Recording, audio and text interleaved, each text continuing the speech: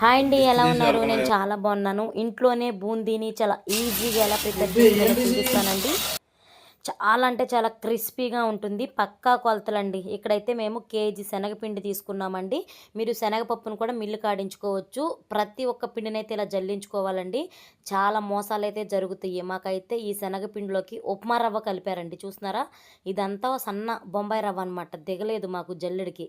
ఇలా జల్లించుకుని తీసుకోవాలండి. ఇక్కడైతే మేము కేజీ తీసుకుంటే పావు కేజీ అయితే వేస్టేజ్ వచ్చింది. మరలా పావు కేజీ కలుపుకున్నామండి. ఇక్కడైతే కలర్ కోసం కొద్దిగా పసుపు అలాగే కొంచెం సాల్ట్ని అయితే యాడ్ చేసామండి, బూందీ చప్పగా ఉండకుండా ఉండడానికి. ఇక్కడ మా చెల్లి అయితే మొత్తం మిక్స్ చేసేస్తుందండి. ఏంటిది? క్రిస్పీ కోసం బియ్యం పిండి 1 కేజీ శనగపిండిలోకి ఒక చిన్న టీ గ్లాసు బియ్యం పిండి, కొంచెం పసుపు, కొంచెం సాల్ట్ వేసుకొని మిక్స్ చేసుకోవాలి.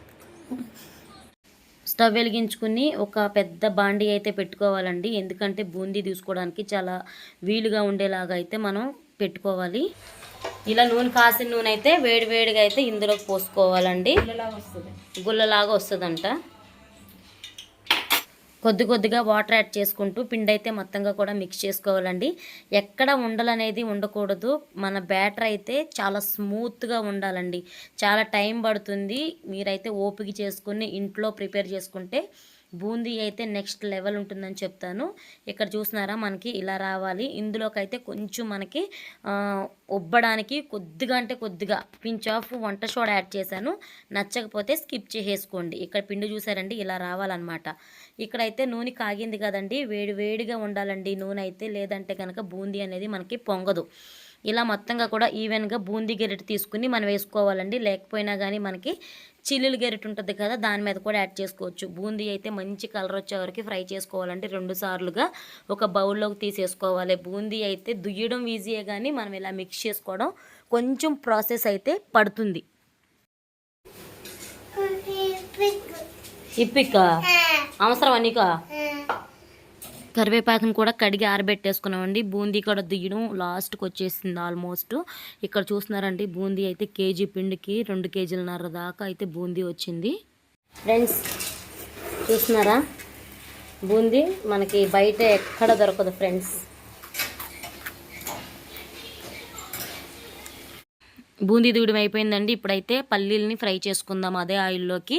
నేనైతే ఇంత క్వాంటిటీ అని చెప్పను కానీ మీకు నచ్చినట్లు ఎక్కువ యాడ్ చేసుకోవచ్చు, అలా అని తక్కువ కూడా యాడ్ చేసుకోవచ్చు. నేనైతే సమానంగా యాడ్ చేసుకున్నాను, ఎక్కువ యాడ్ చేసుకున్నాను. పల్లీలు కానీ పుట్నాలు కానీ. ఇక్కడ చూస్తున్నారండి, పల్లీలు బాగా ఫ్రై అయిపోయినాయి కదా, అదే ఆయిల్లోకి మనం పుట్నాలను కూడా యాడ్ చేసేసుకోవాలి. కరివేపాకునైతే కడిగి ఆరబెట్టుకోండి అండి, ఎందుకంటే తడి కదా, మన మొహం మీద తుప్పర్లు పడతాయి.